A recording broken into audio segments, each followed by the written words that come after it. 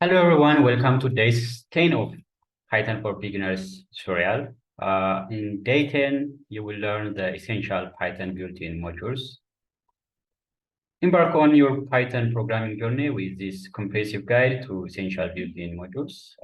You will discover how to utilize the essential tools to solve wide range of programming problems, from mathematical calculations to data manipulation and web scripting. So in this tutorial, I will explore some of the essential Python built-in modules, and I will show you practical examples how to use the built-in modules in your Python program. Let's go. In this example, I will try to show you how to find the area of squares using math modules. First of all, you will need to import the module that is math.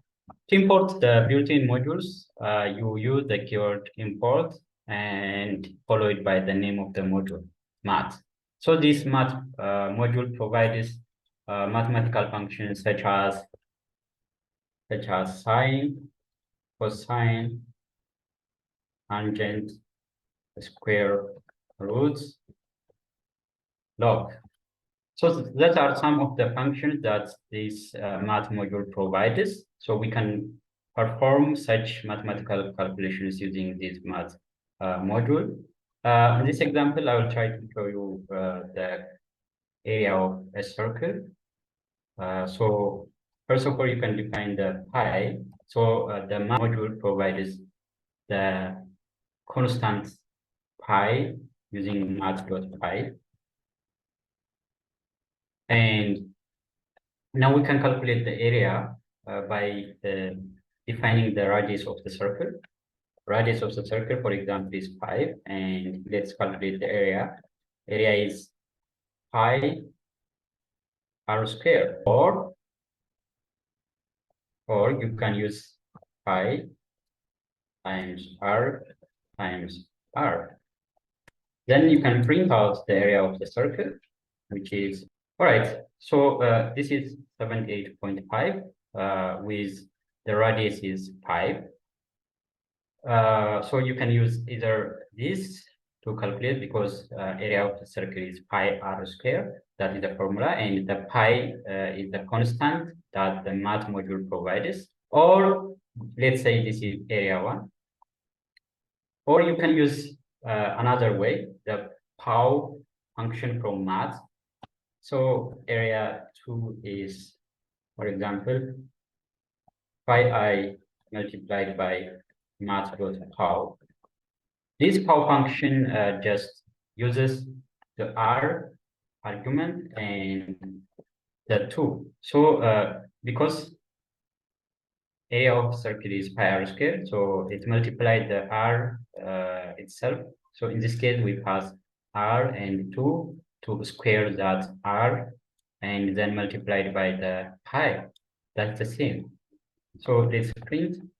Yeah, that's the same result with this one. So this math provides some of useful functions like pow, like pi, and we can also calculate the square root of numbers. So let's say we have a number n, for example, n, and the square root of a number is math.square root. And we pass that n to that square root, and we get that.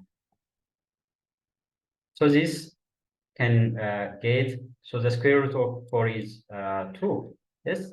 So this math module provided the function square root, and we pass the number as an argument to the function square root. So those are some of the examples that can perform any mathematical calculations using math module, because this provides a lot of functions.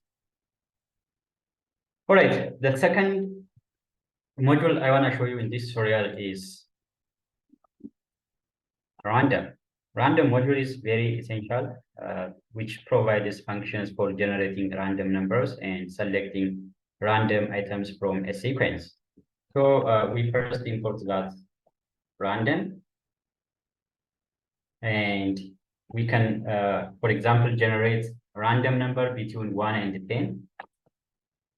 Random number, random dot, rand int. We specify the range of the numbers in this function, rand int. So, for example, 1 up to 10.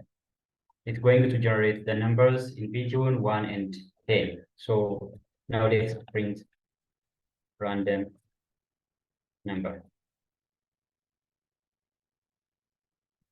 So this is random number that's found in between 1 and 10. So every time it's prints random number in between 1 and 10.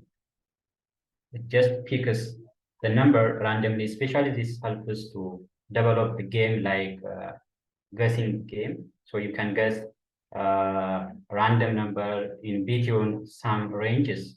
So this is one of the examples that used to generate a random number between 1 and 10. So when you run this code again, it generates 10.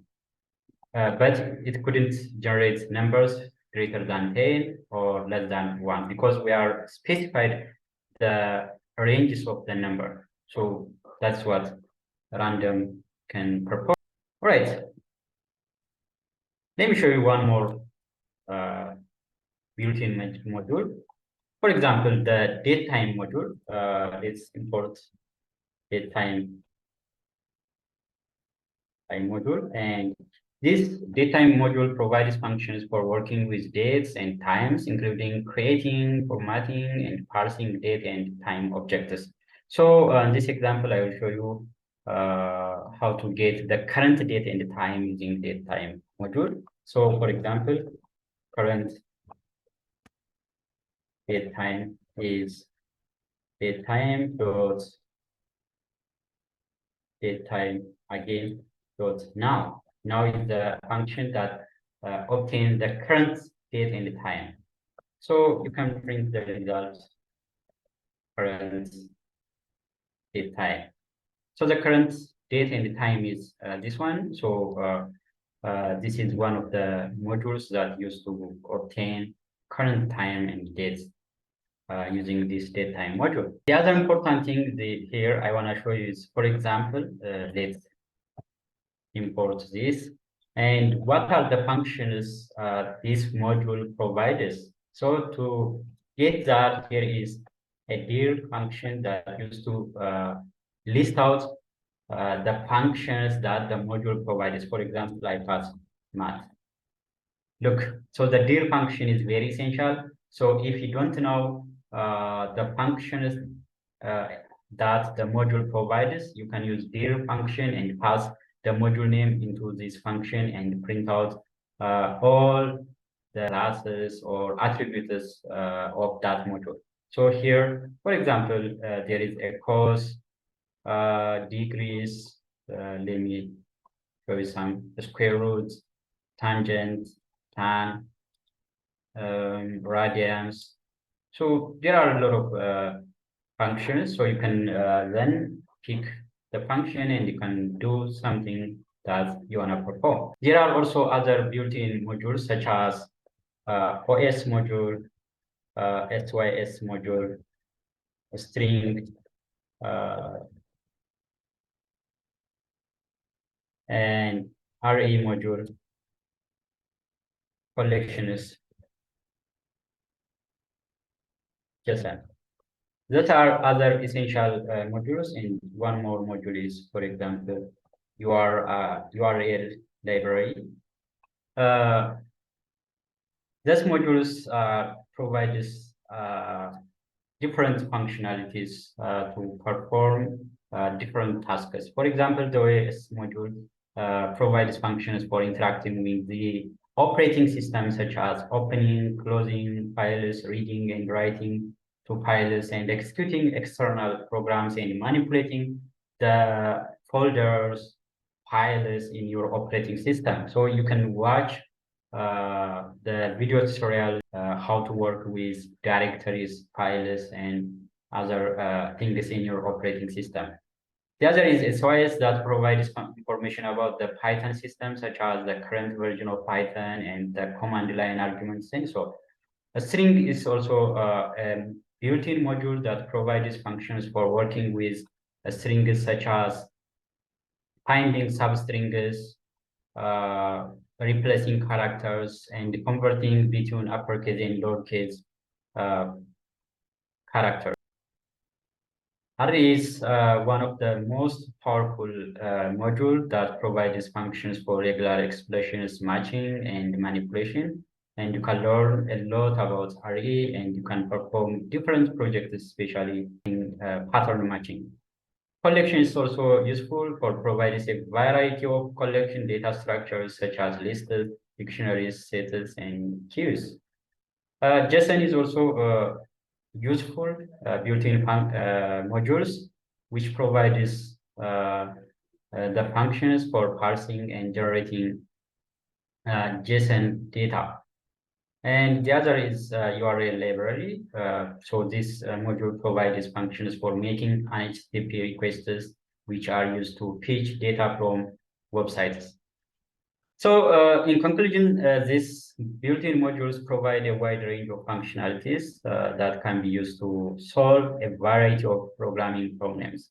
As you learn more Python, you will find that these modules are essential for writing effective and efficient Python code. I hope you enjoyed this tutorial. Don't forget to like, share, and subscribe. Write comments below. Thanks for watching today.